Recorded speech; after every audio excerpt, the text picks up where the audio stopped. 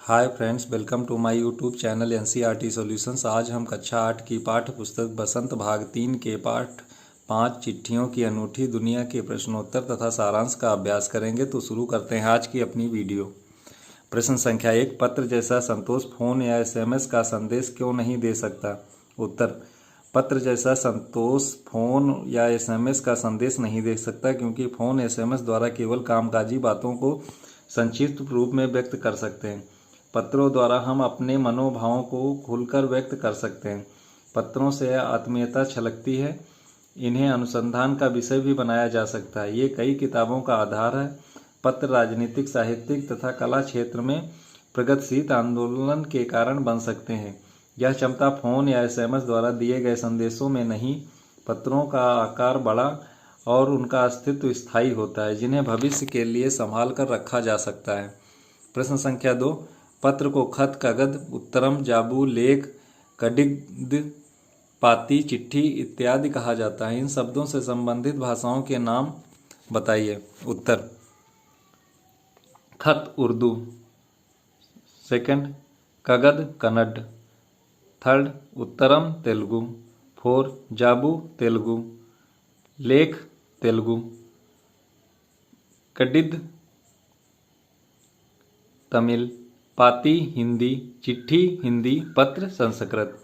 प्रश्न संख्या 3, पत्र लेखन की कला के विकास के लिए क्या प्रयास हुए हैं, लिखिए। उत्तर, पत्र लेखन की कला को विकसित करने के लिए दुनिया के सभी देशों द्वारा पाठ्यक्रमों में पत्र लेखन का विषय शामिल किया गया है।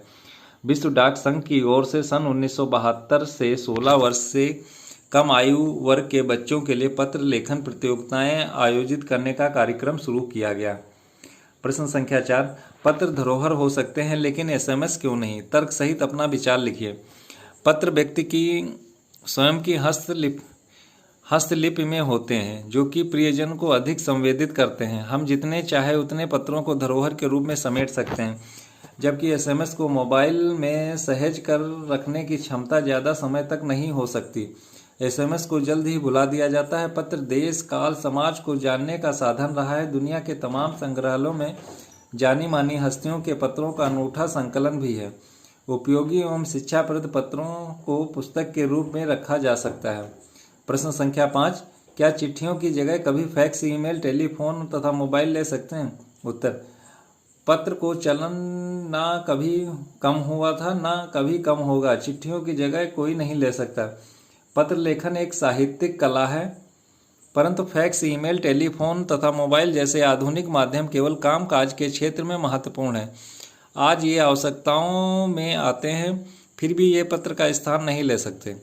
सबसे महत्वपूर्ण बात यह है कि पत्रों से जो आत्मीयता, प्रेम और लगाव मिलता है, वह संचार के इन माध्यमों से नहीं मिल सकता।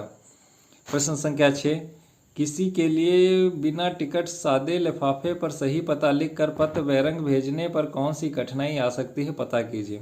उत्तर, बिना टिकट सादे लिफाफे पर सही पता लिखकर पत्र बैरंग भेजने पर पत्र को पाने वाले व्यक्ति को टिकट की धनराशि जुर्माने के रूप में देनी पड़ सकती है। कई बार में पत्र सही पते पर नहीं पहुंचता या फिर पत्र वापस भी आ सकता है। प्रश्न संख्या 7, पिन कोड की संख्याओं में लिखा गया एक पता है, कैसे? पिन कोड किसी खास क्षेत्र को संबोधित करता है कि यह पत्र किस राज्य के किस क्षेत्र का है। इसके साथ व्यक्ति के नाम और नंबर आदि का लेखन पड़ता है। पिन कोड का पूरा रूप है पोस्टल इंडेक्स नंबर या 6 अंक का होता है। हर एक का खास स्थानीय अर्थ है, जैसे 1 अंक राज्य, 2 और 3 अंक उपक्षेत्र, अन्य अंक क्रमशः डाकघर आदि के होते हैं।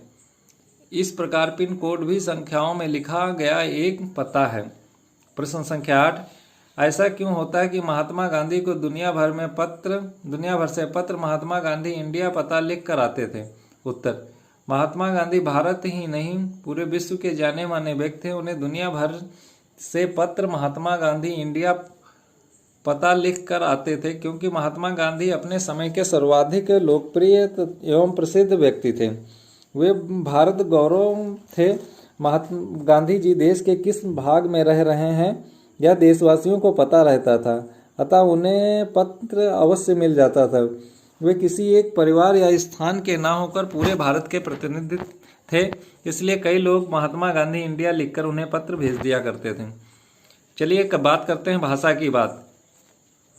किसी प्रयोजन विशेष से संबंधित शब्दों के साथ पत्र शब्द जोड़ने के कुछ नए शब्द बनते हैं, जैसे प्रशिक्षित पत्र, समाचार पत्र। आप भी पत्र के योग से बनने वाले 10 शब्द लिखिए। उत्तर: प्रार्थना पत्र, मासिक पत्र, बधाई पत्र, वार्षिक पत्र, दैनिक पत्र, साप्ताहिक पत्र, पाक्षिक पत्र, सरकारी पत्र, साहित्यिक पत्र, निमंत्रण पत्र।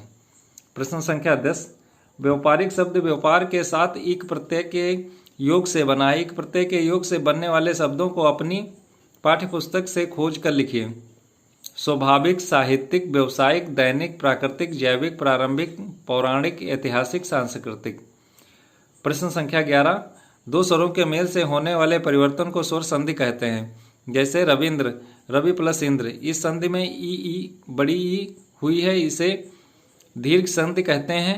दीर्घ स्वर संधि के और उदाहरण खोज कर लिखिए। मुख्य रूप से स्वर संधियां 4 प्रकार की मानी गई हैं: दीर्घ, गुण, वृद्धि और यण।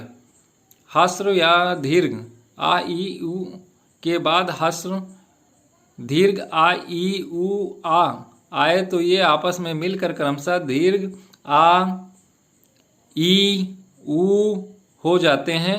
उसी कारण इस संधि को दीर्घ संधि कहते हैं। जैसे संग्रह प्लस आलय, संग्रहालय। महा प्लस आत्मा, महात्मा। इसी प्रकार कम से कम 10 उदाहरण खोज कर लिखिए और अपनी शिक्षक शिक्षिका को दिखाइए। गुरुपदेश, गुरु प्लस उपदेश। संग्रहालय, संग्रह प्लस आलय। हिमालय, हिम प्लस आलय। भोजनालय, भोजन प्लस आलय। स्वेच्छा, सु प्लस इच्छा। अनुमति, अनु प्लस मति। रविंद्र, रवि प्लस इंद्र। विद्यालय, विद्या प्लस आलय। सूर्य, उदय, सूर्य प्लस उदय। सदैव, सदा प्लस एव। चलिए बात करते हैं इसके सारांश की। लेखक पत्र की महत्वता बताते हैं। आज का युग वैज्ञानिक युग है। मनुष्य के पास अनेक संचार के साधन हैं, फिर भी मनुष्य पत्रों का सहारा जरूर लेता है। वे कहते हैं इसके नाम भी भाषा के अनुसार अलग अलग हैं। तेलुगु के उत्तरम, कन्नड़ के कदक, संस्कृत के पत्र, उर्दू में खत, तमिल में खडिक कहा जाता है। आज भी कई लोग अपने पुरखों के पत्र सहेज कर रखे हैं। हमारे सैनिक अपने घर वालों को पत्रों का इंतजार बड़ी सब्री से करते हैं। उन्होंने बताते हुए कहा है कि आज भी सिर्फ भारत में प्रतिदिन 4.5 करोड़ पत्र डाक में डाले जाते हैं। पंडित जवाहरलाल नेहरू ने भी पत्र के महत्व को माना था। लेखक कहते हैं कि 20वीं शताब्दी में पत्र केवल संचार का साधन ही नहीं अपितु एक कला मानी गई है। इसे पाठ्यक्रम का हिस्सा बनाया गया है तथा कई पत्र लेखन प्रतियोगिताएं आयोजित की गई हैं। लेखक का मानना है इस संसार में कोई ऐसा मनुष्य नहीं होगा जिसने कभी किसी को पत्र न लिखा हो। पत्र सिर्फ एक संचार माध्यम ही नहीं है, यह मार्गदर्शक की भूमिका भी निभाता है। मोबाइल से प्राप्त एसएमएस तो लोग मिटा देते हैं, परंतु पत्र हमेशा सहेज कर रखते हैं। आज भी संग्रहालय में महान हस्तियों के पत्र शोभा बने हुए हैं। महात्मा गांधी के पास पूरे विश्व से पत्र आते थे तथा वे उनका जवाब तुरंत लिख देते थे। रविंद्रनाथ टैगोर तथा महात्मा गांधी के पत्र व्यवहार को महात्मा तथा कवि के शीर्षक से प्रकाशित किया गया है।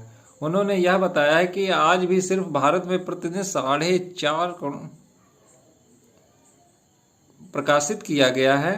भारत में पत्र व्यवहार की परंपरा बहुत पुरानी है। सरकार की अपेक्षा घरेलू पत्र मुख्य भूमिका निभाते हैं क्योंकि ये आम लोगों को जोड़ने का काम करते हैं। चाहे गरीब हो या अमीर, सभी को अपने प्रियजनों से प्राप्त पत्र का इंतजार रहता है। गरीब बस्ती में तो मनी ऑर्डर लेकर आने वाले डाकिया को लोग देवता समझते हैं। अंत में वे कहते हैं अत्यधिक संचार साधनों के बावजूद भी पत्रों की अपनी एक महत्वपूर्ण कला है। प्यारे दोस्तों, इस वीडियो को अपने दोस्तों तथा अपनी कक्षा के सहपाठियों के साथ ज़्यादा से ज़्यादा मात्रा में शेयर करें तथा हमारे चैनल एनसीईआरटी सॉल्यूशंस को सब्सक्राइब करना ना भूलें। पास वाले बेल आइकॉन को भी दबा दें जिससे आप सभी को लेटेस्ट नोटिफिकेशन प्राप्त हो सके। नमस्कार दोस्तों।